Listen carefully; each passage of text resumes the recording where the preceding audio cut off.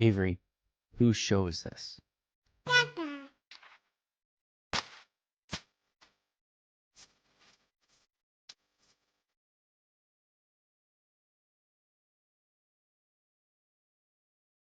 And we're live. Welcome, everybody, here to the Lakers Lounge Podcast. I'm Anthony Irwin, Senior Lakers Insider for Clutch Points, joined on this fine Tuesday evening by Raj Chapalu. Raj, I feel like it's been a little while since we've spoken, and Yeah. I made you some talk about shit has Rui happened. Hachimura. I made you talk about Rui Hachimura last time. I think that's why People you like just that made episode. People like I got a lot of comments on that one, like from the chat and stuff like that. But I also got like a weird amount of texts up, like from Okay. people behind the scenes about that episode. So Okay. good call on the subject matter there.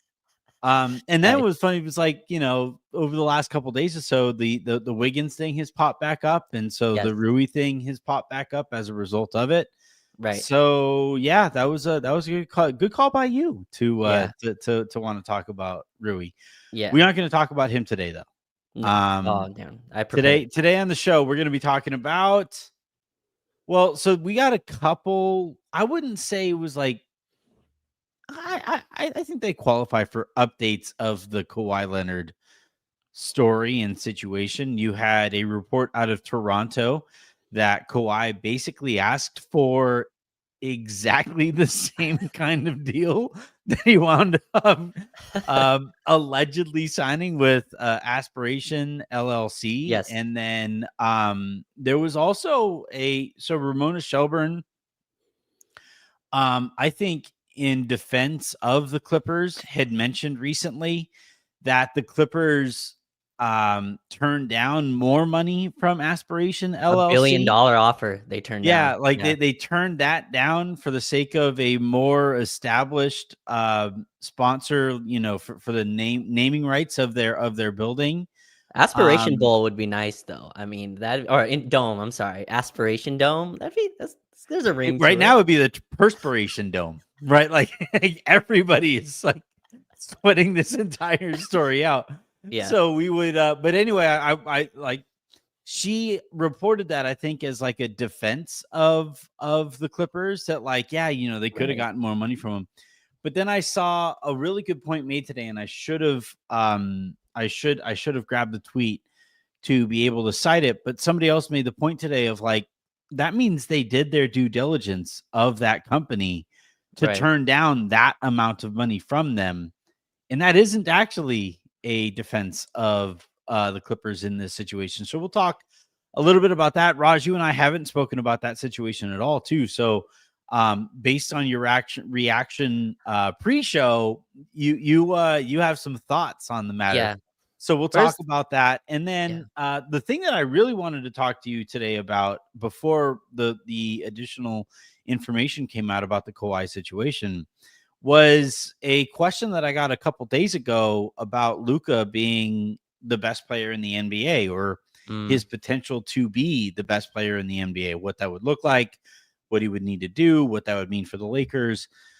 And we'll get to that on the second half of the show. And then obviously at the tail end of the show, if y'all have any comments or questions and stuff like that, hit us up in the chat and we will answer as many of those as we can as well.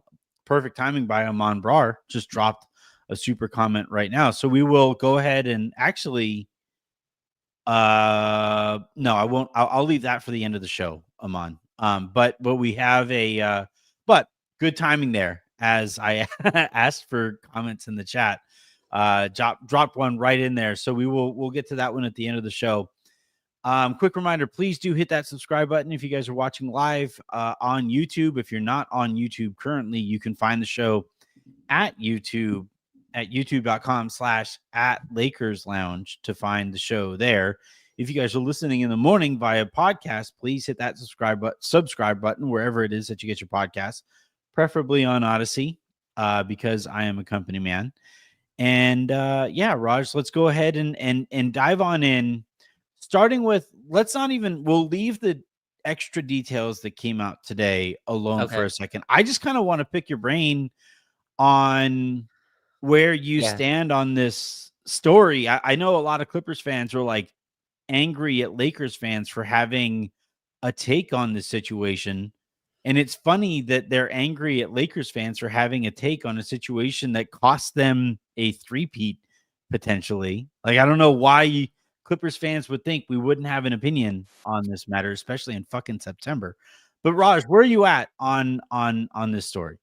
Well, first, just as a side note, I love that. I love when someone finds their niche so well. Like Pablo Torre was born to do this type of work, right? Yeah. And he's gotten so good at it that he's basically, to me, created a market. Not that investigative journalism didn't exist before, but in sports, especially to this extent, he's obviously had other things like I'm not as privy to, but the Bill Belichick, I guess, young girlfriend story was one that I think really blew up for him, and other things like that. But the storytelling is just incredible. So if you haven't gone and listened, I've listened to every episode from this, the Mark Cuban conversation, the conversation, the first one where they actually do all the journalism and figure out what happened.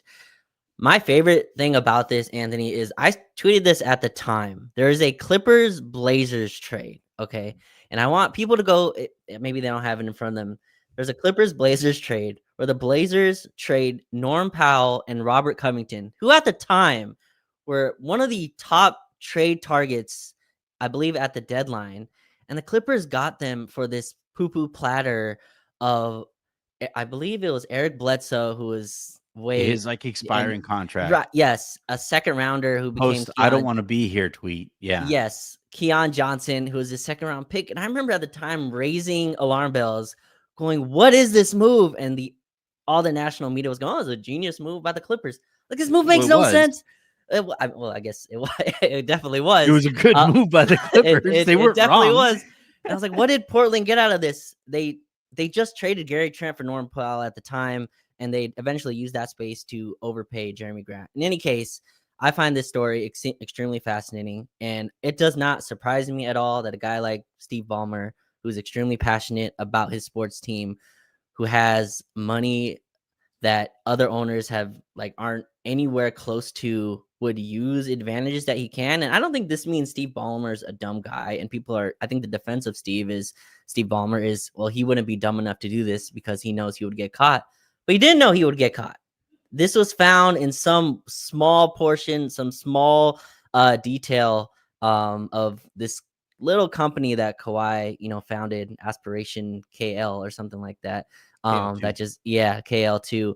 I find this super Aspiration LLC. KL2. And this fits perfect. Like, I don't know, all this stuff just fits perfectly to me, and it makes a lot of sense. Now, I don't think the Clippers are going to get like 5 first-round picks, which they don't even have access to, but they're not going to get some huge hammer down, I don't believe. Maybe you disagree, but I do think there's going to be some consequence from this. It just doesn't look right. The league is clearly upset. Kawhi Leonard is their highest paid marketing guy, and he did absolutely nothing for them. And they have movie stars that I don't remember the names of. It did stuff for them. That did stuff for them. Robert Downey Jr.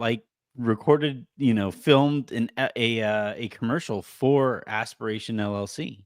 Yeah, right. And so it's just a lot of fishy stuff here. I guess the NBA brought in the, best lawyers that they did to kind of investigate all this stuff. But it definitely smells fishy to me. And Steve Ballmer's Ramona Shelburne sit down interview didn't help at all. He came out there and said, "I didn't know nothing." And this is, as Pablo Torre points out, maybe the best investor of the last 25 years. And his entire take, Anthony, was, "Oh shucks, they were bad guys and they got me." Oh, okay. I mean, I guess, but yeah, it just doesn't. Nothing here smells right. And it feels like there's something that's gonna come down from the NBA. I don't know what, but I do think something went on. There's just too much stuff here where there's no way they didn't know that a separate deal with Kawhi was being made. They didn't know that Uncle Dennis was involved. Uncle Dennis, by the way, my God, what involvement that he has. Stuff of legend. All right, so there's at the bottom of the screen there, it says Dennis the Menace. Do you know what that refers to? Dennis the Menace. No. Was it the It's like a cartoon strip from like way, the Three, way like back the Three in the Stooges day. thing, or no? No, it was a cartoon strip from a long time ago. Got it. No, it was what that is. Yeah. Wow, man, I am old. So I guess now is a good time to bring up the new information. that I had kind of alluded to at the top of the show, where apparently and reportedly, according to shoot, here we go, sweet, according to Bruce Arthur of thestar.com, in 2019, Kawhi Leonard's uncle, Dennis the Menace, asked the Raptors for a piece of the Leafs, the Toronto Maple Leafs, and a Paul George trade. So he's consistent there. He got that one. But also for two big extras, no-show sponsorships and ownership shares in outside companies, which he seems to have gotten with aspiration in the Clippers. And he goes into further detail in his piece there, again, for thestar.com. And at this point, Raj, like, if you were of the and like, by the way, like, I truly, truly respect Brian Windhorst. He's one of the most plugged in people in this industry. Oh yeah. One of the brightest people in this, like, and I consider him a legitimate, like, personal friend too. So I'm not here to like shit on him or anybody who feels this way. I think it was actually the right approach to take here, where it was like, I am not going to pound the desk and demand punishment until we see something closer to a smoking gun. My only issue there is that, like, I don't think the people who were involved here are smart enough to leave an actual smoking gun in the way that, like, would be required in a court of law, but in the court of public opinion, and given the way that the rules are kind of written up here, where circumstantial evidence does matter, for these kinds of investigations, I do think we have enough information, especially like now that it comes out that Kawhi was asking for this exact kind of situation here, and he just so happened to get it from the team that he actually signed with. To me, Raj, the thing that I've thought about far more often today, specifically, than Kawhi Leonard in this situation, is actually the NBA's investigation policies, because supposedly, and the league announced at the time of Kawhi Leonard's signing with the Clippers back in 2019, the league said that they were going to investigate this, and they did investigate it. They did, and they said that they didn't find anything. But they did leave. Raj just dropped out. But the league did leave some room for, just in case something else happens, they would reopen the investigation. And here, Raj just popped back on. Raj got really excited at this point. It was like, I got Kawhi, and they kicked me out. Yeah. It's Adam Silver. Right. I'm next. I should just drop out. But like, Raj, the point that I was going to make is that the league in 2019 investigated the situation, didn't find anything. Right. And then, but like, interestingly, left the door open to say, if we get any hint of this again later, then we would reopen the investigation. And my thing is, Raj, how often, like, if somebody is exonerated of murder, which is something a Clippers source apparently to Dave McMenamin compared cap circumvention to murder. Yeah. Jumping over here. But if somebody is exonerated of murder, found not guilty, in that investigation, do you ever hear a judge be like, okay, but if we catch wind of you doing anything like this again, we're reopening the previous investigation? Not opening a brand new one for the new shit, but reopening the previous one. That was something that I've been thinking about a lot over the last 24 hours or so. That's really weird phrasing. Yeah. And it also reminded me of the Jackson Hayes situation, where the video of Jackson Hayes' alleged domestic violence incident from, I think, what was it, 2022? That incident, that video of that incident pops up. And what does the NBA do? They send out a public statement. They're like, we're reopening the investigation. Mm-hmm. And it's like, guys, it doesn't work like that. You know, you can't just willy-nilly, all right, it's closed now. Nope, it's open now. Nope. Like, once you decide not to punish somebody for something, that ends that discussion before, that ends that conversation. You can't just be like, if you do it again, we're going back and we're getting you for the other stuff, because that implies that there's other stuff that they were like, we'll leave it here for now, but if you do it again, we're bringing up that other stuff again. And that's what I've been thinking about all throughout today is like, hold on. Why would you have left that open in the first place? And what exactly are you investigating now? Are you investigating 2019? Are you investigating this? Are you investigating both?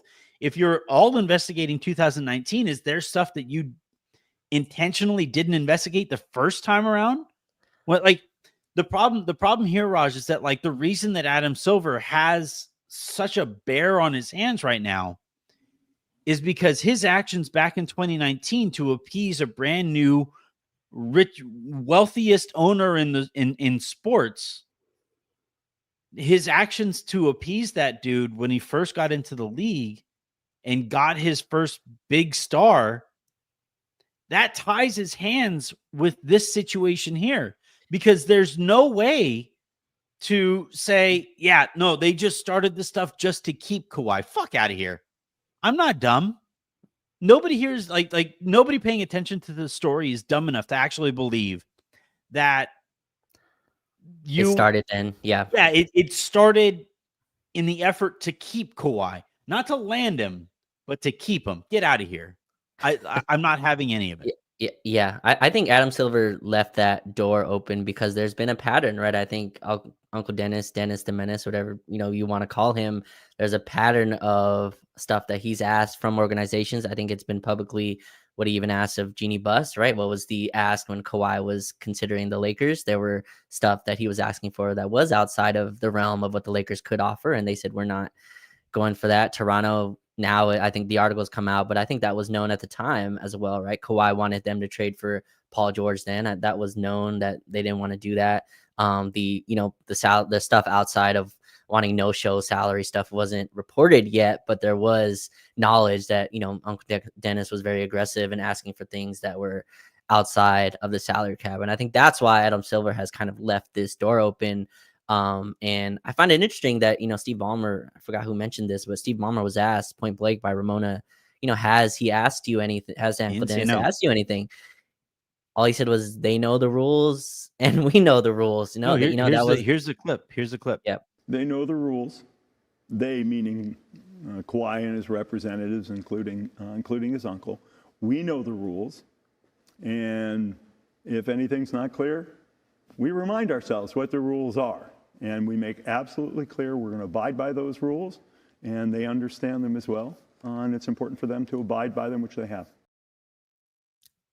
Which they have. Well, so I guess at the end he kind of ended that sentence with a little bit more firm, but even there, it's like they've abided it. Yeah, we remind ourselves what the rules are. We remind them what the rules are.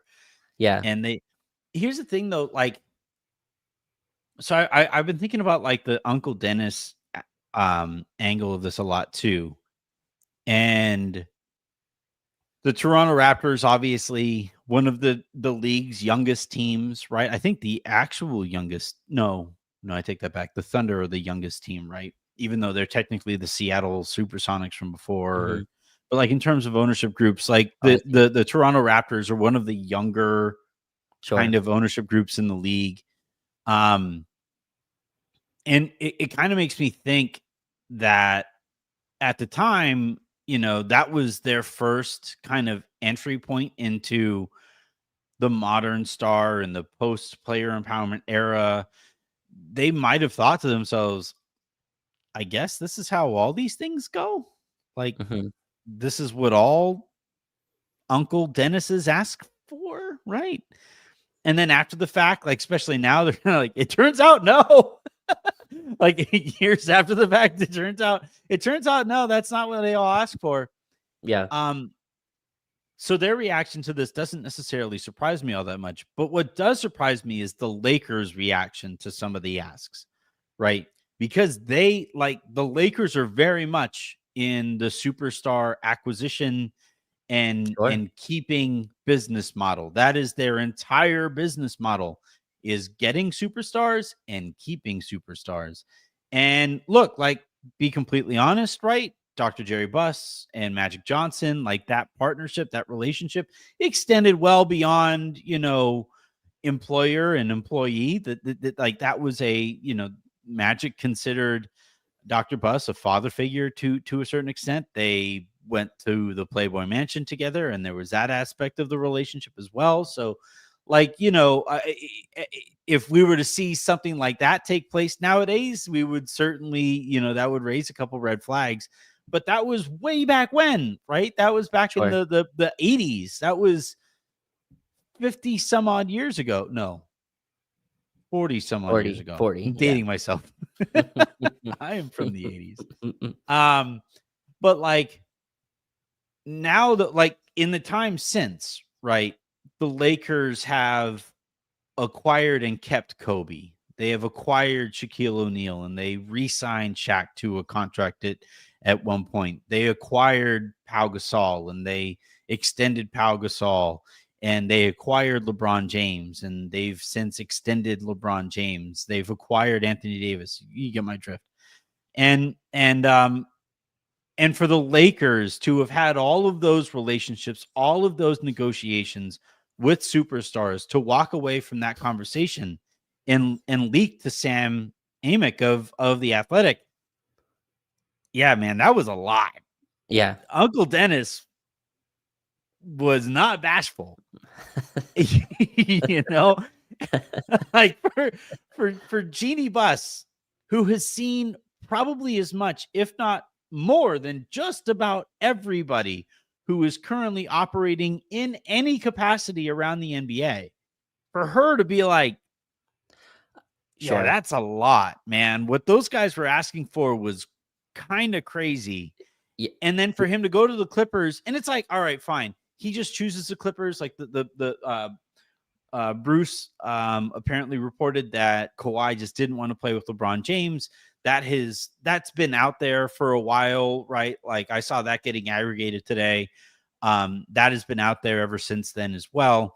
That you kind of get it, right? LeBron kind of takes up all of the oxygen in a room, and Kawhi wanted to be his own, he wanted to run an organization in a way where he could get these kinds of deals. You don't get those deals as the second best player in an organization. So you could kind of see where Kawhi was kind of coming from there. But still, like, for the Lakers to walk away from that, and again, they were confident that they were going to get him, for them to walk away from that thing and from that ordeal. And I'm telling you right now, like, in the last, week or so since all of this has come out, I've asked about it, and I've asked, like, what was it that, made y'all blush? And I've heard some stuff. I don't want to report it right now in this capacity, but there's like, people around the Lakers are certainly kind of excited that this noise is now out there. Sure. And so I want to make this part clear, because this is getting lost in this whole conversation, and I'm bringing it to basketball just a little bit, because I think in hindsight now, what we know, it's very easy to go, you did all that for Kawhi Leonard, right? Kawhi Leonard in 2019, we got to go back. Fresh off of knocking off the Warriors. Yes. Looked very, very much in best player in the world conversations. Some people already anointed him as the best player. Right. It had the game winner, right? And finals MVP. Looked like the best two-way player in the league. Obviously coming off the championship. And it was very clear he wanted to come to LA. That guy is 100%. His second finals MVP. Second Finals MVP, the first one with the Spurs, which is a Well, little questionable. it's worth noting, right? Sure, That like 100%. this dude on the biggest stage rose to the occasion higher than everybody else, higher than LeBron. Another time rising higher than Steph Curry and everybody on the Warriors. Now, again, like you had the Clay injury or the KD injury, all that Sure. stuff, I but mean, yeah, still, like that was still a pretty damn good Warriors team. it really was. And I tweeted this out. 29-year-olds with 2 Finals MVPs do not hit free agency. You just Never. don't have a chance to Yeah. get these type of guys. So I surround all that with saying Kawhi Leonard is 100% worth an extra $30 million in a capped NBA league. Especially, wait, hold on. No, you're right. Especially, You're right. no. Especially to a guy like Steve Ballmer, where $50 million is like $5. I'm not even extending. I'm not even joking. It's like $5 to him in some capacity. Like, to me, Yeah. and that's where I can really understand the human element of this.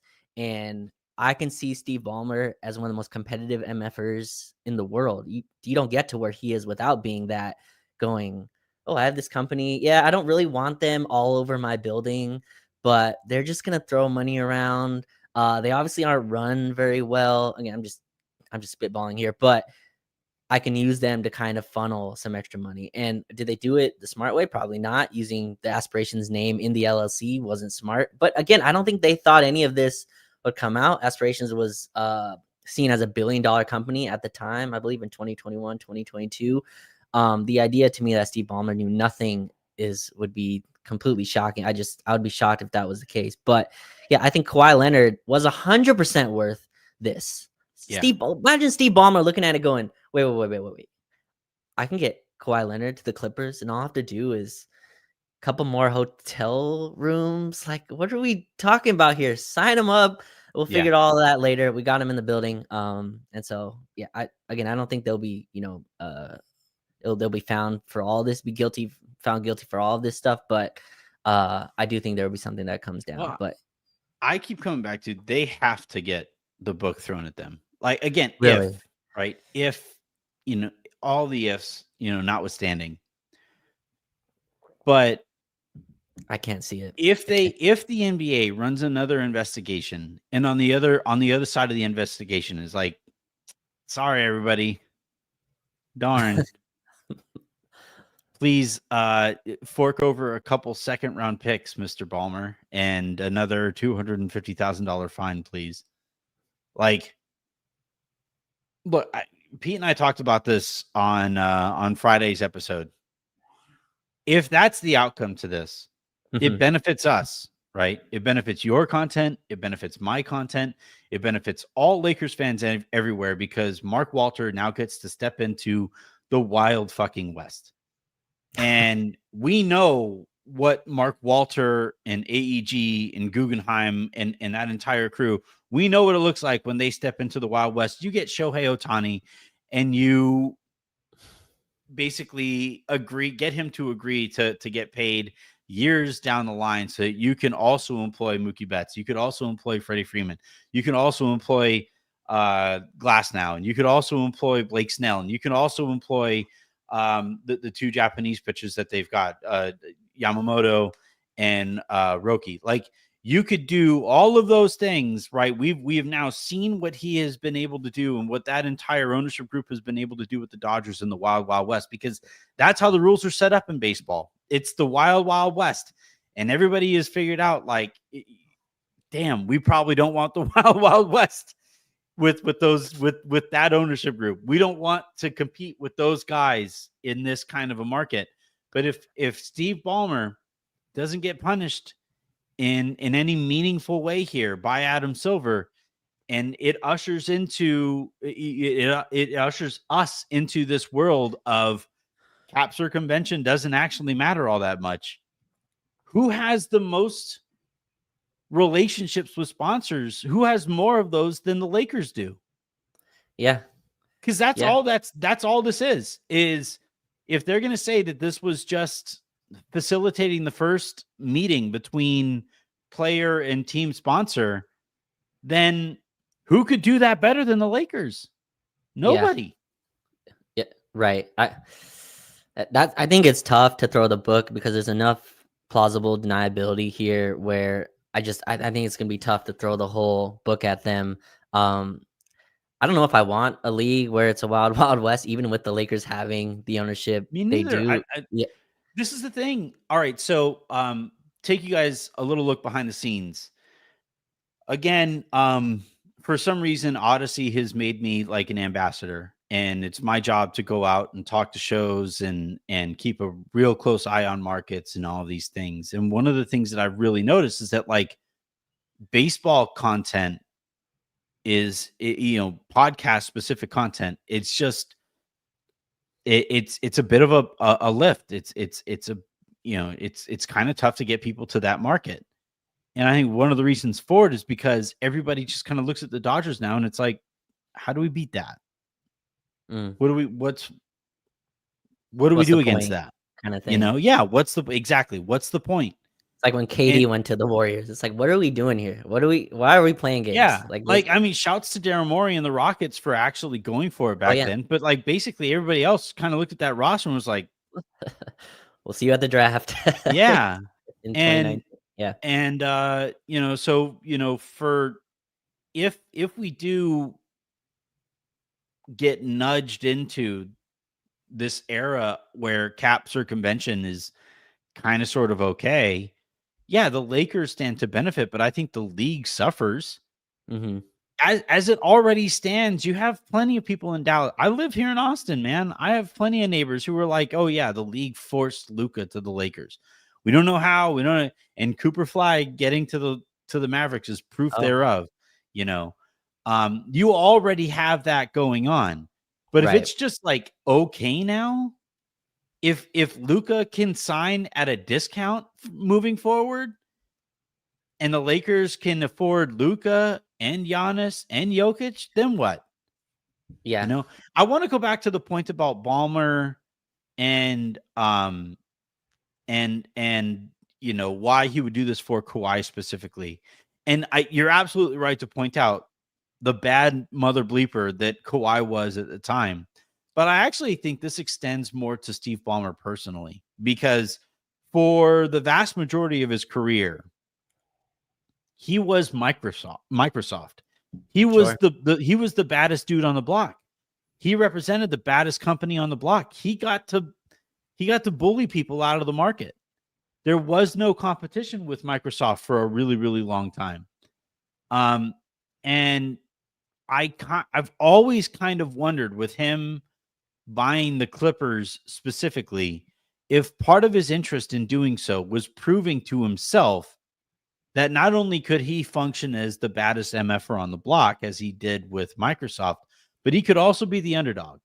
He could also swoop in and knock off the NBA's Microsoft, which in this case was the Lakers. And you look at all of the resources that he has put into basketball courts around the greater LA area. Yeah. The way that he has targeted the youth, the spotlights over street lights over spotlights campaign, where he targeted the Lakers specifically in an effort to knock off Microsoft. And because Ethan Strauss in his Substack today made a really good point where vast majority of people you talk to about Steve Ballmer, they all say this isn't the way that he operates. He's not this sloppy Business wise. Yes. in his businesses, he doesn't leave these loose ends. He doesn't, he crosses his T's and he dots his I's in a way that doesn't leave, even like right now we're talking about how the league needs to find a smoking gun. Dude, he doesn't leave a gun. He doesn't leave smoke in business. He bullies people, but he just completely wipes out any trace of evidence that would leave any question as to the legitimacy of whatever accomplishment that Microsoft was able to enjoy. And yet in this case, you have this guy who is so desperate to knock off the NBA's Microsoft that he does cut corners, that he does leave a couple of I's undotted, that he does leave a couple of T's uncrossed. That honestly, Raj, tracks to me from a very human standpoint of like getting so because I could totally see Steve Ballmer, the business person, looking at the Clippers-Lakers relationship from afar and being like, oh, yeah, this is how you topple the Lakers. Like Sure. from the outside, and then actually getting into the marketplace and being like, oh, man. Yeah. Like, actually, no, we can't. But And I think but they've done also, a like, good once job, you like find out, like, no, we can't not say, like, Balmer isn't the kind of guy who's gonna be like, no, we can't. He's yeah, gonna be like, the fuck we can't. Here I yeah, go.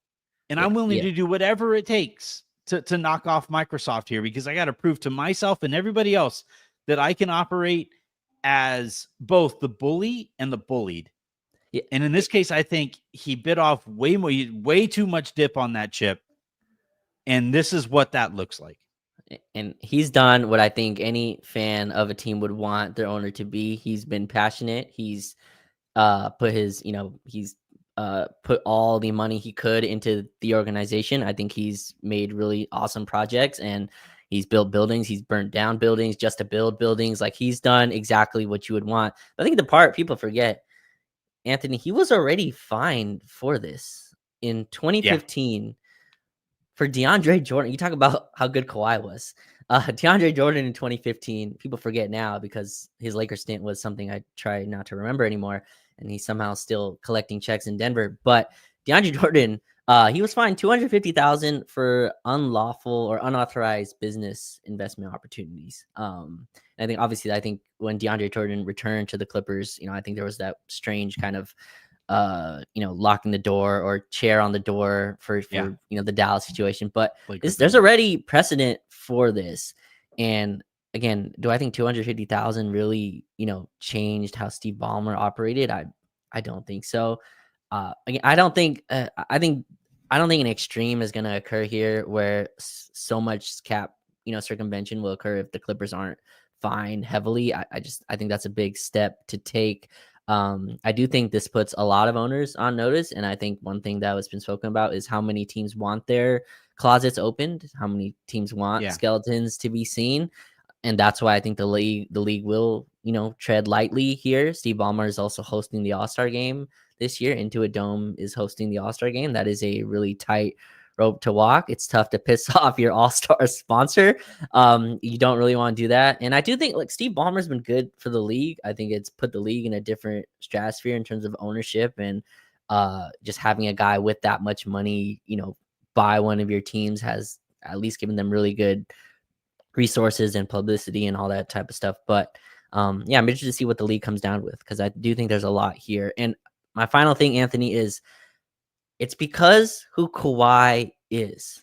Like, Kawhi is, I was thinking about this yesterday. How many times has Kawhi said the word Clippers publicly? I can't even remember, like, a time Kawhi goes, "Oh, dude, there was a time in a playoff game where he was not healthy. You remember, he was hurt.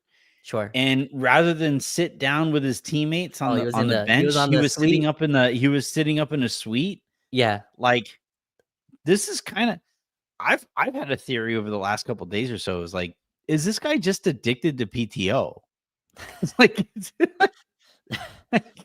he's too good at his job to be that, though. Like, when he plays still, Kawhi is absolutely absurd. And all the conversations around him that he loves basketball, and I do believe that. And I do believe he's a super hard worker, because you don't get to where you are without doing that. But, like, I don't know, Kawhi just has never, to me, like, James Harden, for example, has been a Clipper for 2 years.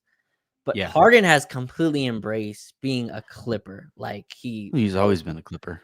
But yeah. Okay, well, but you know what I mean? Like, he's completely embraced, like, Clipper fans can't wait to see you. Or, our Harden's obviously very public, but I find that interesting. I don't remember a time Kawhi, like, mentioning the Clippers in any way, or, kind of showing them as, he's been there, 5-6 years, and just has not at all. It's like, when the game's done, I go home and that's it. Like, you're not talking. I'm not talking to you. I'm not connecting with you.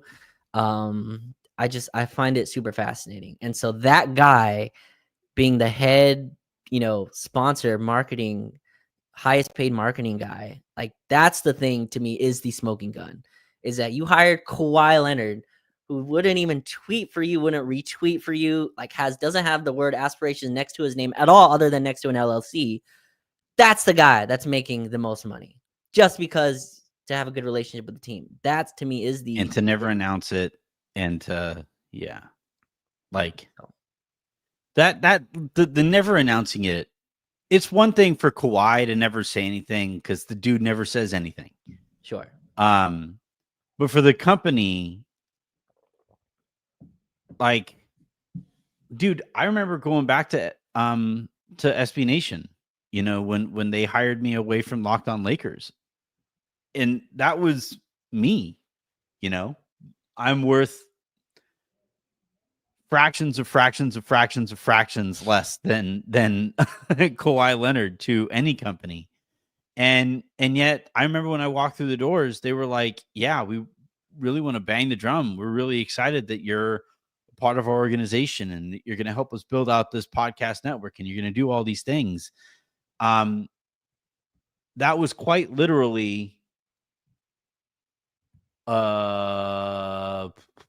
in terms of per year salary, 10, 20, it's like 100 times less valuable per year to like, and SB Nation wanted to be like, they were really excited about it.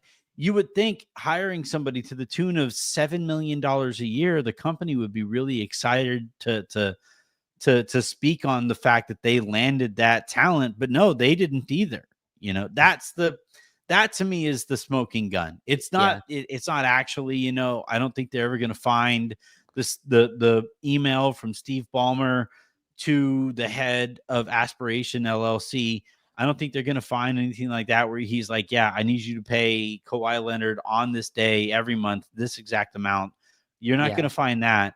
But I also don't think they need to go that far. Like if they say they need to go that far and that the proof that they are looking for is that explicit, then that to me is more telling of what the league is trying to do here than anything, you know, because it according to their own bylaws, as it pertains to cap circumvention, it can be more circumstantial than the smoking gun that I'm hearing people talk about. And no, like, do I think that this is going to be the Joe Smith, like, full out penalty? No, but I do think it needs to be like unique within those parameters. It doesn't need to exceed the Joe Smith situation, but I do think we need to, like, they need to actually find some way of showing us that they actually investigated this. And unfortunately, Raj, that also kind of requires acknowledging that they didn't investigate it as hard as they should have back in 2019. Yeah. Well, I mean, I think they're going to probably focus on the 2021 or 2022 deal with this. I wish I took notes while I was listening to the podcast because I keep remembering stuff that I thought of while listening to it. But the other part of it was interesting to me was in the contract that Kawhi signed. It says he is allowed to not, you know, he's allowed to refuse services that aren't aligned with his beliefs. And that'd be one thing if this was, I don't know, selling soda or candy, right? Yeah. This is a tree like planting. Working for the Koch brothers, you know, like this is a tree planting company that just by their mission was to kind of help, you know, carbon emissions. The environment and yeah. So like it's a literal good cause, like at least what they were supposed to do. Does this mean Kawhi Leonard's a big carbon footprint guy? Doesn't believe in the ozone layer or anything like that. Yeah, just Does this mean Kawhi Leonard's out there? Like, actually, fly those planes. I don't care. Change the hoax. I'm gonna fly from San Diego to LA back to San Diego every day and not, you know, not do anything about it.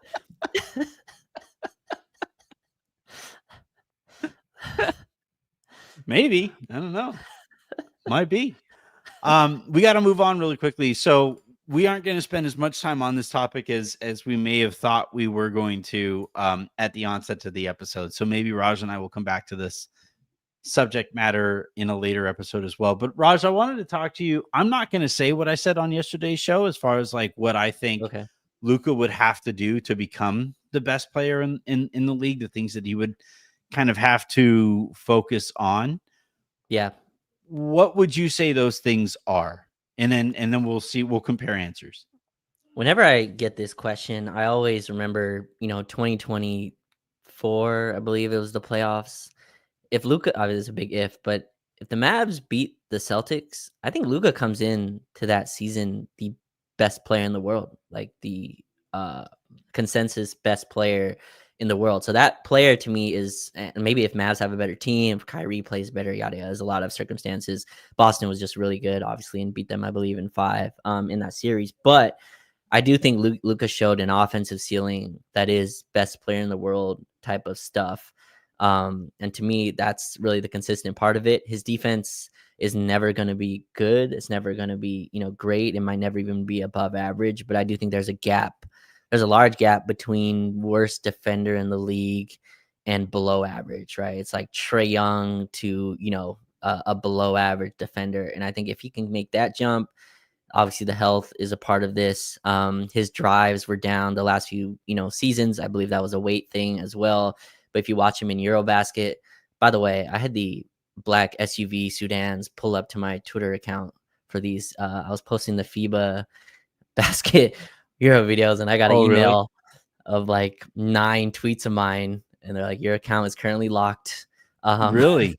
Yeah. So be careful posting FIBA clips, I guess, people, but maybe I was the only one doing that. But in any case, yeah, I do think there's an offensive ceiling there that puts you in best player in the league. And I do think your defense, like, to me, a guy like Luka, it's pretty average to below average. I think that gets you to a player that really can be the best player in the league. You look at Jokic, right? I think that's the really perfect comp to me. Jokic isn't a great defender at all, but I think he's gotten to a position, at least a positional defender that can fit into a scheme that Denver can play to where his offense just takes over you. And I think Luka can get to that same spot.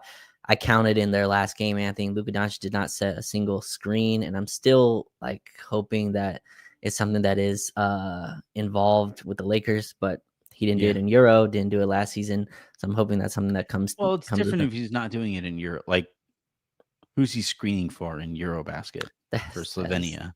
They have some nice wings and guards that can get hot from 3. But they don't have LeBron, and they don't have Austin Reeves. Well, he didn't screen for those guys either. So but I'm saying that like I think we could still hold out hope that he okay, yeah, maybe that he would do that for that caliber of a player.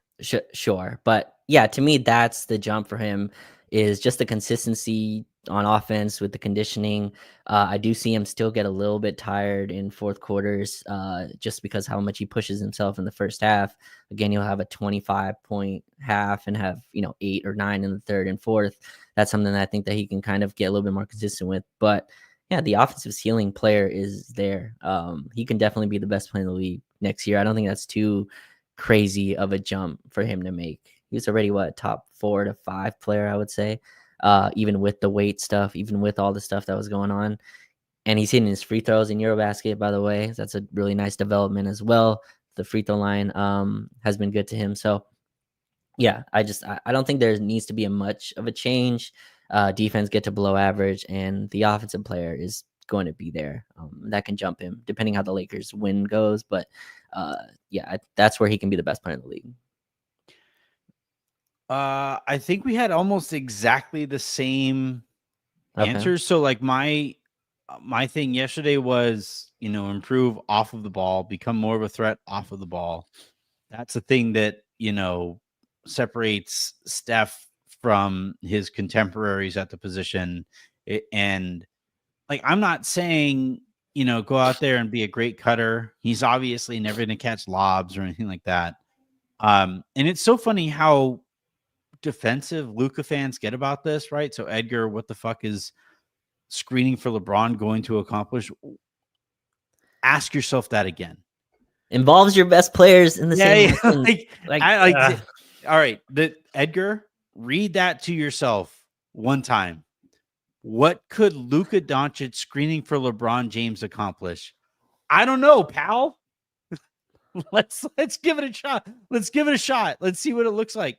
Because like the concern before with like LeBron and AD pick and rolls was that teams could switch that or they could drop that, and LeBron would kind of hesitate to take the shot if they went into if they drop below the screen, or if they and then if they switched it, you had two similar players kind of guarding each other, and AD wasn't always the best at punishing that other player. But like, just given the kinds of players that they were trying to attack last year, if they do get that switch, that's exactly the kind of player that they were kind of trying to go after, especially if LeBron is playing center. And then the second thing too, and then that doesn't even count, you know, Pete was on the show a few weeks ago or whatever, and he was talking about screen the screener type actions, and then, you know, LeBron coming up, and then that's when you really get to attack Gobert after he's already navigated a couple of screens. That kind of thing would, I think, really benefit. And like that would benefit LeBron, it would benefit Luka, it would benefit everybody. The other thing too, offensively, like what would Luka screening for LeBron do? Let's not even talk about like the per possession aspect of this conversation. But if a team doesn't have to prepare or have to think about that at all, think about how much easier it is to prep for a Luka LeBron matchup if you can just wipe out a big old chunk of the offense, right? So like with the Lakers never running any of those sets last year, Minnesota heading into that series was like, yeah, we don't have to worry about that specific thing. I would like to avoid that again going into next year. And then the other part of it too is the final part of Luka being a threat is like, let's take screening out of it. Let's take cutting out of it. Let's take even off-ball screening out of it as well. The thing that drives me nuts watching Luka to this point in his career is that he would give the ball up and then go stand damn near half court. Yes. And like Harden does this same thing. And it's like, you guys are both really bleeping good shooters. If you're even close to the 3-point line, the other the opposing defense has to care about where you're standing. But if you're that far away to where if you catch the ball on a swing type of situation, they can just kind of close out lazily 10 feet of you, knowing that you're not going to shoot. Like that doesn't do anything for the offense. So just be a threat. That's it. It doesn't require any extra energy of you to stand closer to the 3-point line. Just stand closer to the 3-point line. Be a catch and shoot threat. That to me would be a huge step in the right direction here for Luka. And then like to your point about the defense, really quickly, I said that like do the thing that Jokic does where he gums up defenses by standing in the middle there and taking away the exact type of passes that he knows all offenses have to be able to make to run effectively. Luka's smart enough to do that. I think he could do that relatively well and be an average defender, if not slightly above average. So especially now if he's in shape. So Raj, we had basically the same answer. What you had, it sounded like you had a couple of notes though as I was talking. I think Sky Falcon made a good point that teams will switch LeBron, Luka pick and roll. They may well do that. I think that's a common kind of defensive counter to that action. But that whole point is the point that you made up that you went on. I think you hit it on the head. I want Luka involved when he doesn't have the basketball. And I think screening just involves him.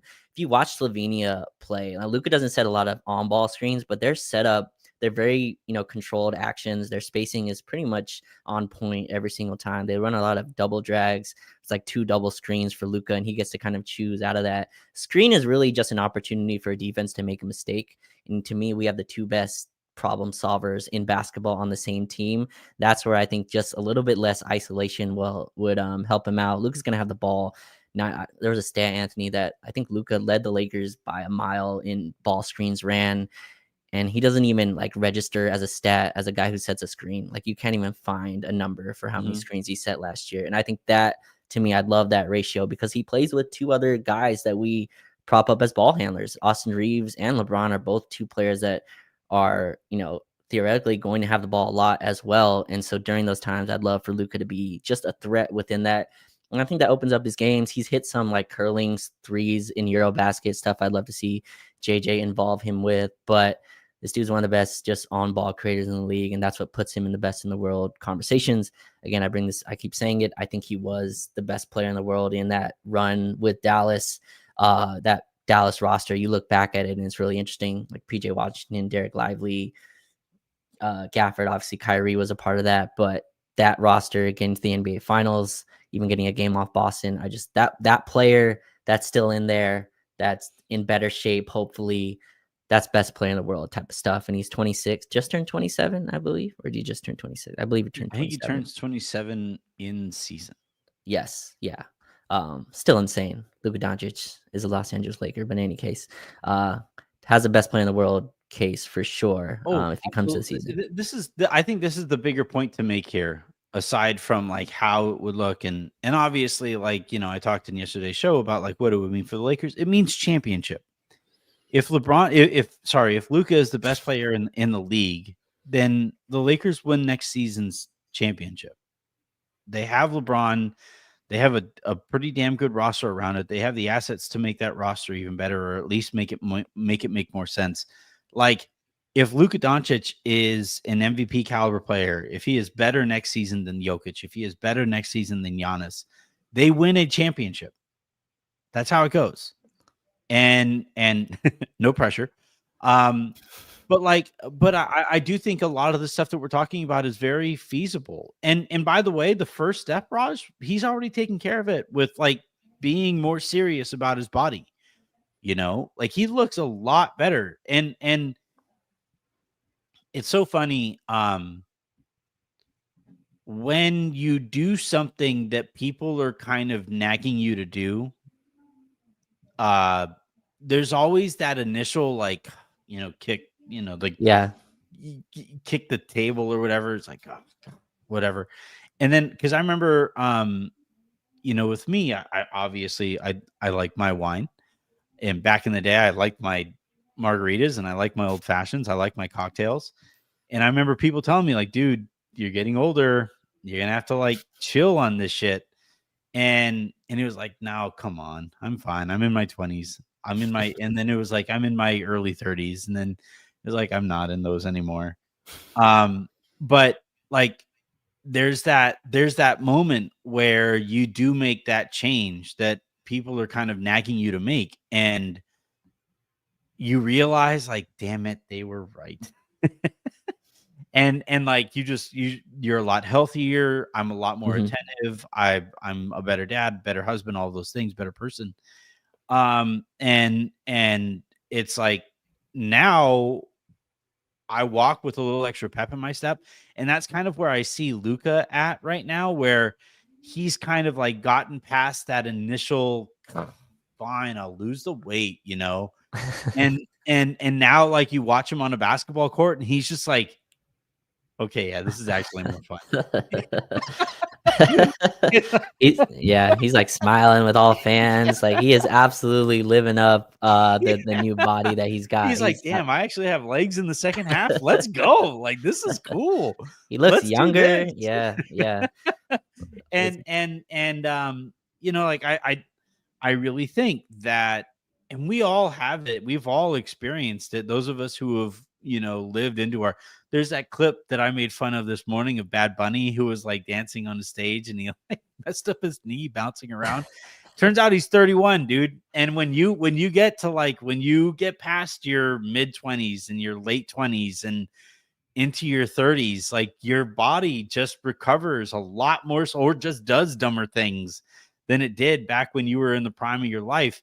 And I really like, because there was those reports, and I've heard some of this too over the season, that like over the off season, that Luka was really kind of tripped out by how long it took to get over that calf strain that he had last summer.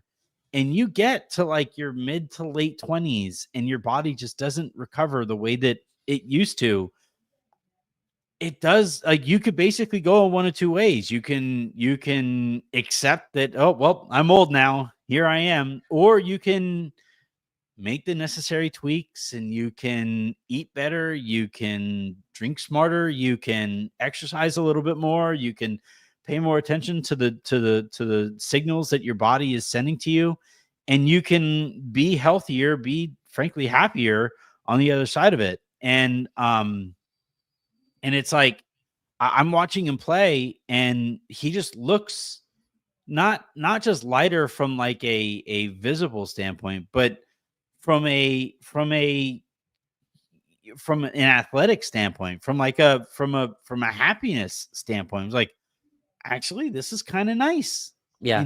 Going by guys, getting to the rim, getting to the free throw line, making free throws, like, those are details that you can pay more attention to when you're in better shape.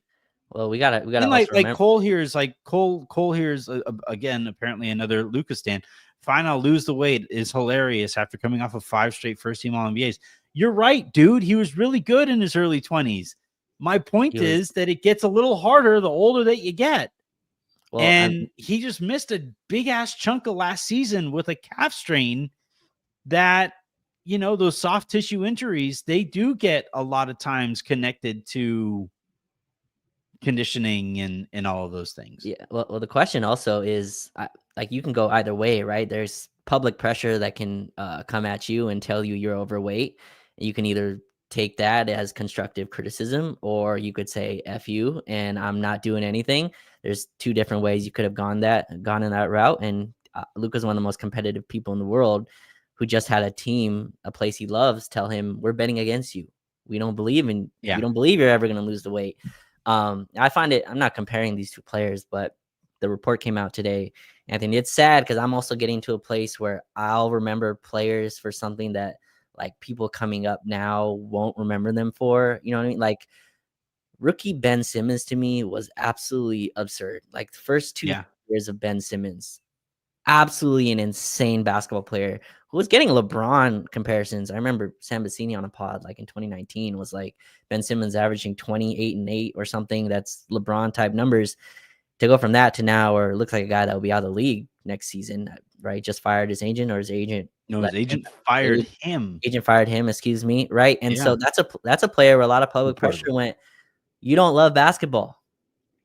We don't believe you love basketball. And Ben Simmons, #1 pick, was like, damn, they don't think I love basketball. All right, I'm gonna show you I don't love basketball, right? Like, so I find it's just an interesting place. And I never thought Luka was that guy, but you spoke about like the drinking and stuff like that.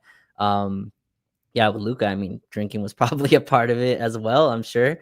Beer's a mother bleeper, dude. Like, beer is really, really terrible for you. It's the worst thing that you can drink if you're gonna have alcohol. Like, in terms of like obviously hard alcohol is worse for you over the long haul than beer. But like, if you're trying to stay in shape, if you're trying to be a professional athlete, beer is brutal on you. You have the carbs, you have the sugar, you have the carbonation. It really just kind of like slows you down and it just makes you kind of lethargic. It's like, there's a reason Kobe got so into wine.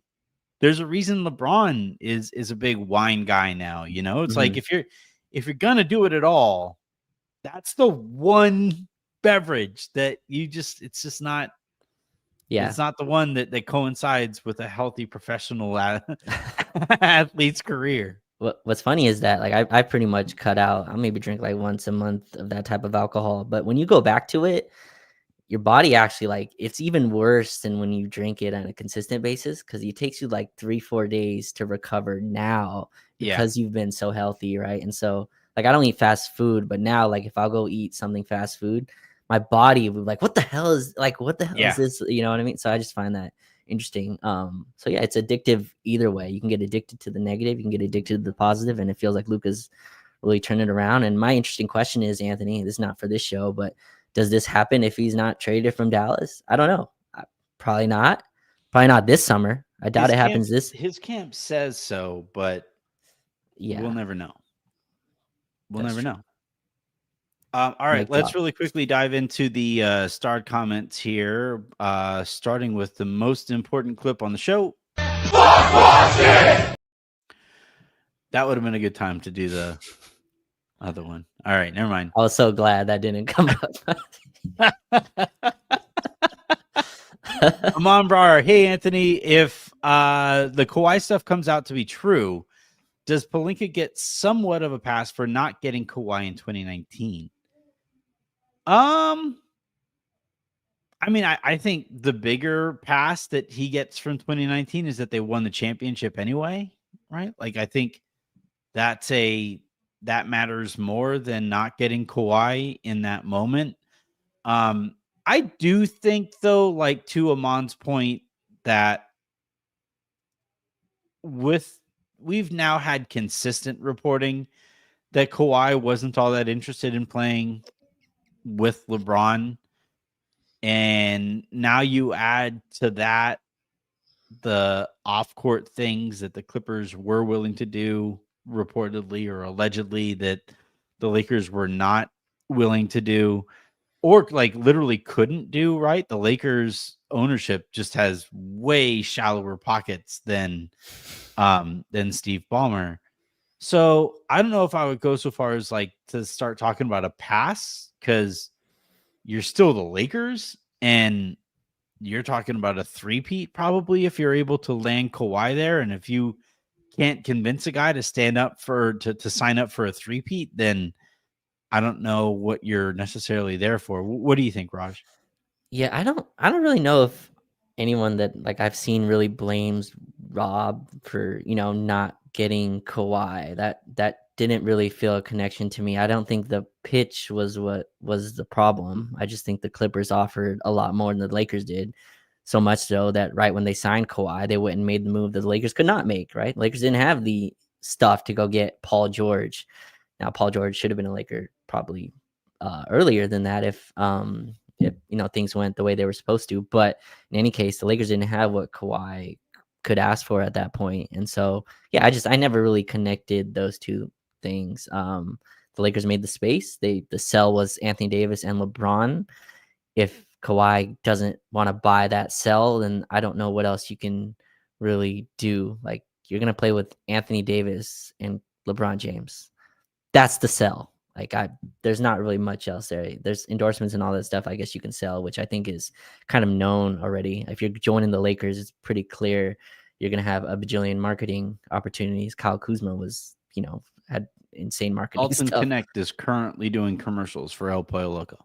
Yes. I was there at the launch, by the way. Yeah. But in any case, right. So I think that I don't think you have to sell Kawhi on that. But I think the Clippers just had what the Lakers and Raptors refuse to offer. And he went with them. Yeah, I don't know if anybody. My biggest problem with that whole situation at the time was the intel aspect of it, where the Lakers were so convinced they were getting him. Oh, so mad And at so many then- players. Robert Horry, I remember tweeting out Kawhi eyes. Yeah, Like, man, like they thought that was done. And my annoyance was more from the standpoint of like, how were you this far off, right? Especially now, what we kind of know since then, where at least according to Bruce Arthur's reporting there, the Lakers were kind of a distant third place behind the Clippers and behind the Raptors. Like, why were you so far off there, if that is actually the reality of the situation? But like, I just think like that entire situation, it look, by definition, it is a unique situation because of what Uncle Dennis was asking of these teams and what they allegedly got from the Clippers, at least to stay. That's the next domino to drop, I think, Raj, is what it took to get him to go to the Clippers in the first place.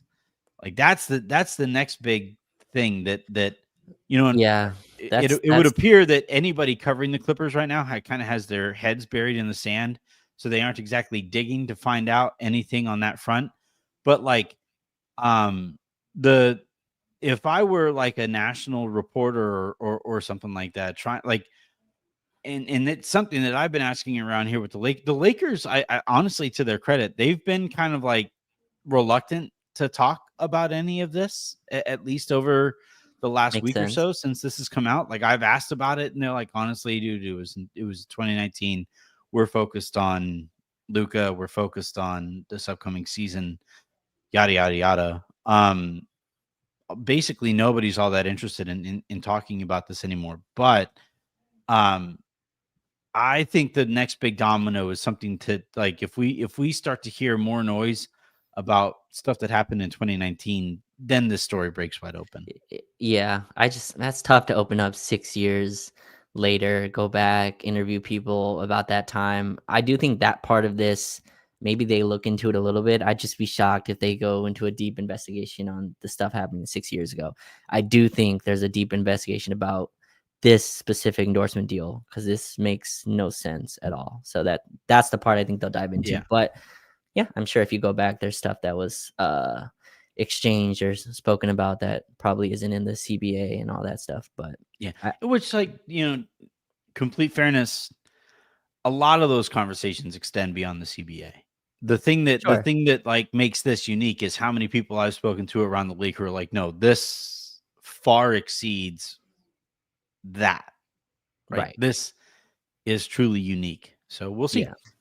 BG the Kid writes, if Raj manages to not say anything negative about anyone regarding the Kawhi situation, he is truly the man with the most integrity maybe in the world. Well, Raj, turns out you are not the man with the most integrity. Wouldn't that make me lose integrity if I wouldn't say anything? It'd make you like blissfully naive, bordering on dangerously naive, I think is what, Yeah. Like, this is the funny thing. I think people take your lack of like pop culture, like movie, TV knowledge as naivete. I think you have a pretty clear sense of the way that the world works, though. Like, you're younger than I am, so it's like different than where I'm at right now. I'm a lot more cynical, but like I've never gotten the sense talking to you that like you don't understand how shit goes. No, like, you've been around. Oh yeah, of course. I just don't dive into other sports that I don't particularly care for, but I'm knowledgeable about the world. I'm knowledgeable about things that I think are important. I did watch the Vikings Bears second half, by the way, against my will, but I was at a restaurant that was playing it, but I did watch it. Wasn't a bad game. I'm reluctant to talk about it because, like, I have a few notes, but we don't have time for it. But I did one thing that I'll just shortly. I find momentum in football so fascinating. It swung, dude. Like, it swung, but like the whole field gets off. All the players get off the field when, I don't know. I just find it interesting. It's not for. It was there was a play that a Vikings player made on special teams where he like basically clotheslined a dude with one arm. Oh, and it was like this badass hit. And my buddy, so I have a neighbor who lives about a block down the street, and he was over at the house. He and his wife were over at the house. We were watching it on the back patio, and that play happened, and neither of us like identified it as anything other than like that was really, really cool. And then the Vikings forced like a really quick 3-and-out on the other side of it. And very importantly, they finally freaking sacked Caleb. And I was like, maybe it's turning on the first sack. It's like, maybe momentum is swinging a little bit. Then they did it again. All right, let's see what. And then they like the 3-and-out takes place. They get the punt and all that stuff. And they go right down. They march right down the field. I'm like, Tyler, this feels a little different. I don't know. I actually can sense momentum. I think basketball is the biggest momentum sport because to your point, substitutions are fewer and further between. It's the same guys on both sides of the court. The fans are right on the court, right? They are feet from the sideline. They have feet from the baseline. And I think that is a big deal there. So I think basketball is the biggest momentum sport. Football is close. Baseball, there's some voodoo shit going on with baseball. It's just kind of weird. And then I don't know enough about hockey to say one way or another. Hockey's different because it all just comes down to a goalkeeper. Like if you have if your goalkeeper's on fire, there's no developing any momentum for the other team. But baseball, like it could snowball, right? So like if your pitcher is struggling against the batters, then this can snowball into momentum because the same pitcher is continuing to face a team that's gaining more and more confidence. And football is fascinating to me because the offense struggled, but the defense is not going against that same. This is all brand new players that just stepped on the floor, and yet or not court or field, whatever it is. They had brand new players step on the field, and yet you can see the momentum shift in players that have nothing to do with each other, right? So the quarterback, the Caleb guy, threw a bad pass, but that's somehow extended to the defensive lineman being unable to like stay in front of his man. I find that super interesting and fascinating because that's the only sport, to my knowledge, where every single player that's on the field gets off of it. Right, like so in basketball, if Steph Curry hits a 3 on me, he's gonna get the ball back in no less than 24 seconds. It can do this thing again to me, but the guy scores, and it's gonna be at least 10, 20 minutes before they get the ball back. Not at least. Like okay, sometimes it's a three and out, or an interception or something like that, or a fumble. You're talking about. But those are rare. Like a 3 and out, or no, not 3 and out. A fumble and a interception are rare in football, right? It doesn't happen very often. So usually it's a 3 and out evens at least 5 to 10 minutes. I don't know. I just find that interesting. No, I mean it's a very unique sport in that way. That's why it makes it impossible to do those like football, basketball comps because. And yet here we are, all the time. Yeah. Well, it's because they're the two biggest sports. So people are always going to try to compare the two. And I don't know. Like, it's funny. The only guy that you could viably compare to a basketball player right now is a dude for the Jacksonville Jaguars, Travis Hunter, who I think played like 6 snaps at cornerback for the Jaguars over the weekend. And that's like the closest thing to a typical NBA player who plays on both sides of the ball always. I text our friend Domin, like, is a pickup as a what's it called when you fake the run? A play action, kind of like a dribble handoff, like a fake dribble handoff a little bit. Yeah, like, a little fake DHO. Not really. Yeah, because I don't know if there would be any way to like fake. I think it's more like slipping the screen. No. Okay. It's not. Yeah, I don't even know what it would be. It's like passing into the post with the intent to hit a three on the other side of the court. Because you're basically like faking the steadier play for the sake of a bigger play down the field. Sure. Also, I don't really like how much the field goal kicker matters. Like, that guy missing the 50-yard kick changed the whole game, honestly. Yeah. Momentum. But it's so weird, right? Because like some freaking soccer player on the sideline is affected by the 3 and out from a completely different collection of dudes who are actually football players. It is a weird sport, dude. I'm not disputing that football is a really weird thing to try to get people into if they haven't been into it for a long time. But it's also the best spectator sport in terms of like marketability, and it's just this absolute behemoth that keeps on getting bigger. We're here to change that, Anthony. That's what we're here for. Totally. All right, that is going to do it here for this episode of the Lakers Lounge podcast. Raj, thank you for hopping on. Try to get your account back and try to break down.